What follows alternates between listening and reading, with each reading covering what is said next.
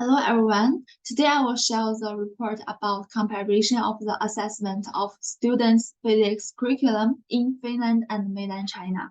The lecturer is Dr. Farah and Professor Dr. Fatih, and I am Miao Xueyuan. This is the content part, and I will divide it into four different parts. So let's say the first part is about the program background. So we have already know that Finland has been in spotlight for its excellent performance in the PISA, which is Program for International Student Assessment. And in recent years, China education has grown really quickly and have achieved excellent results in the same program. So therefore, this study will compare student assessment method of these two countries and suggest some improvement. So this is a program background specifically. As countries move towards more equitable and fair education, the assessment of students is evolving.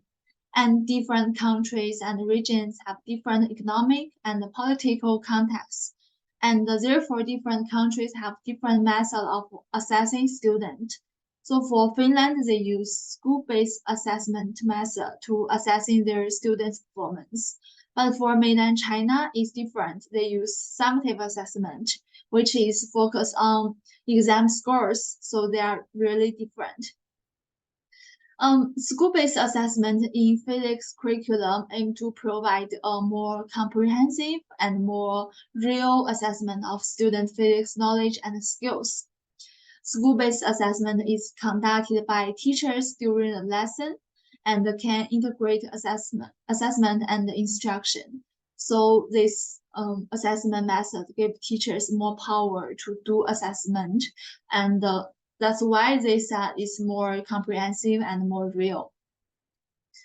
School-based assessment emphasizes students' achievement in different areas of study, and there is a division into self-assessment by students and assessment by teachers. Students' assessment in Finland is guided by the curriculum, and the teachers assess according to the objective given in the curriculum. And the student grades are published at the end of the course, and there are no ranking. And the final grade for the basic education certificate is given by teachers once the student have reached at the end of 16. But for mainland China, they use exam-based summative assessment. It's a traditional assessment method. So they usually focus on the examination scores. So let's do something to compare these two countries.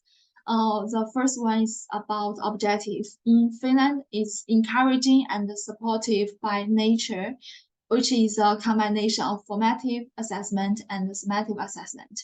But for mainland China, assessment is based on the government documents, and here is the specific documents, and it's a summative assessment, which is exam-based. The second one is teachers are responsible for monitoring the quality of teaching and learning in the classroom, and there are no predefined learning outcomes in natural curriculum in Finland. But in mainland China, teachers are not responsible for assessing students. They are responsible for imparting knowledge to students and preparing them for standardized examination. So they are really, really different. And in Finland, the teacher, so they can reduce the pressure on teachers to prepare students for exam. So teachers have more time and more energy to assessing students during the lesson. But for mainland China, teachers have to prepare students for further education. So teachers are really overloaded.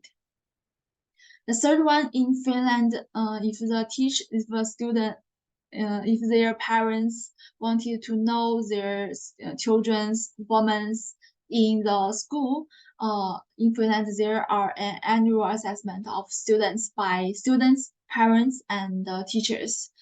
But for China, there are many ways for parents to know their children's performance in the school. But the most often used is parents meeting.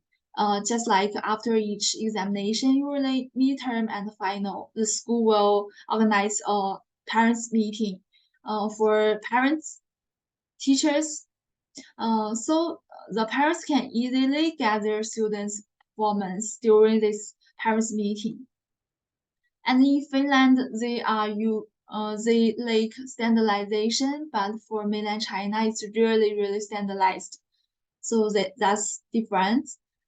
And the Finnish assessment model is more suitable for countries that are more similar to Finland, while the mainland China assessment module is more suitable for countries with large populations and complex national conditions like China.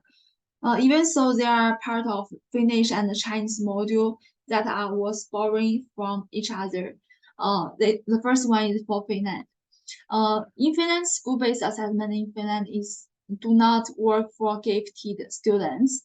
So for this one, they can borrow from mainland China. They can create a special class for gifted and talented students. In this class, they can set several challenging assessments. So it's really useful for this part of students. For next issue, the lack of standardization in Finland educational assessment system. So for this question, they can borrow from mainland China. I think like they can set clear curriculum goals and standards. For mainland China, they have low student well-being problem, so they can borrow from Finland because in Finland their students are very well-being, so they can improve students' learning efficiency. So students will feel less stress. So maybe they can have better well-being. The next question is students under stress. I think this is really similar with last question. So they can also borrow from Finnish assessment approach to raise students' efficiency. So they can both Finland and mainland China, they can learn from each other, so they can achieve better assessment method. So that's all. Thank you.